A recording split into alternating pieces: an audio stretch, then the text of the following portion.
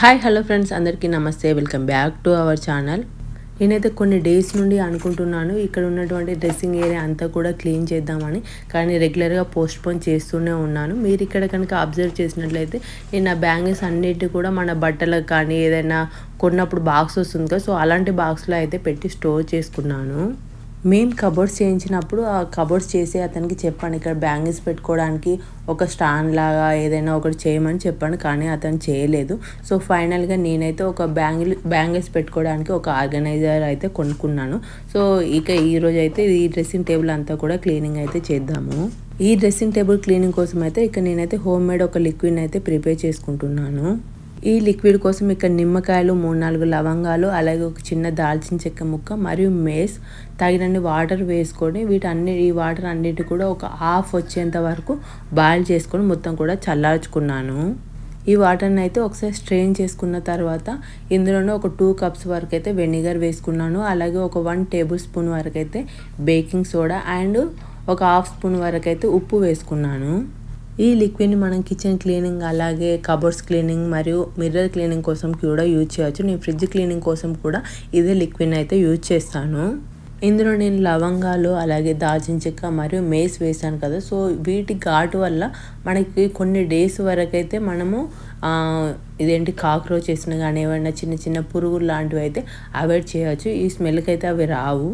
ఈ లిక్విడ్ మన దగ్గర ఏదో ఒక స్ప్రే బాటిల్ అయితే ఉంటుంది కదా, నా దగ్గర అయితే ఇక్కడ mister muscle kitchen cleaner spray bottle అయితే ఖాళీ ఉండే, సో అందులో అయితే ఈ లిక్విడ్ వేసుకొని అయితే క్లీనింగ్ అయితే స్టార్ట్ చేశాను. ముందైతే ఒక్కొక్క షెల్ఫ్లో ఉన్నటువంటి ఐటమ్స్ అన్నీ కూడా తీసేసి ఆ తర్వాత ఈ స్ప్రే చేసుకొని ఏదైనా ఒక కాటన్ క్లాత్ తీసుకొని అయితే అంతా కూడా తుడుచుకుంటున్నాను. మనం ఏవైనా కూడా క్లీనింగ్ చేసినప్పుడు కాటన్ క్లాత్స్ లేదు అంటే మైక్రోఫైబర్ క్లాత్స్ అయితే దొరుకుతాయి మనకు ఆన్లైన్లో. సో వాటితో కనుక క్లీన్ చేసినట్టయితే మనకి ఇలా గ్లాస్ కానీ ఏమైనా క్లీన్ చేసినా కూడా స్క్రాచెస్ అయితే పడవు.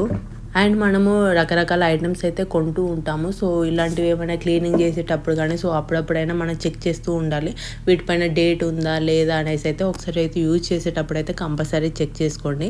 ఇక నేనైతే అలానే చెక్ చేస్తున్నాను, అంటే డేట్ ఏమైనా అయిపోయినా ఉంటే వాటిని అయితే పక్కకు పెడుతున్నాను.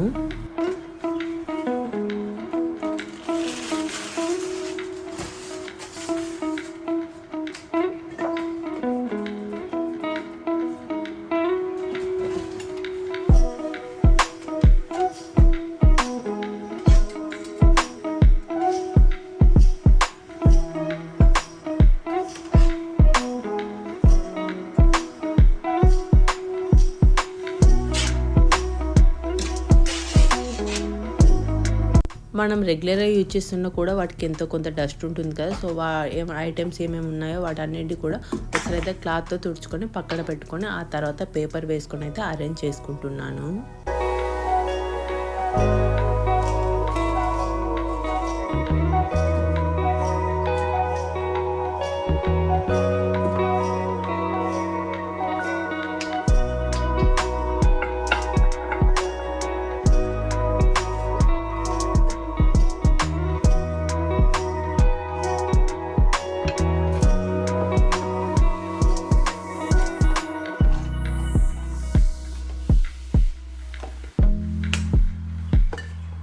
ఈ డ్రెస్సింగ్ టేబుల్ దగ్గర ఓన్లీ మనం రెడీ అవ్వడానికి యూజ్ చేసే ప్రోడక్ట్సే కాకుండా సో మా పాప ఆడుకునేవి అండ్ హ్యాండ్ బ్యాగ్స్, ఇలా టానిక్స్, మెడిసిన్స్ ఏవి పడితే అన్నీ కూడా ఇక్కడ ఇష్టం వచ్చినట్టు పెట్టేసి ఉన్నాయి. సో వాటన్నిటిని కూడా తీస్తున్నాను.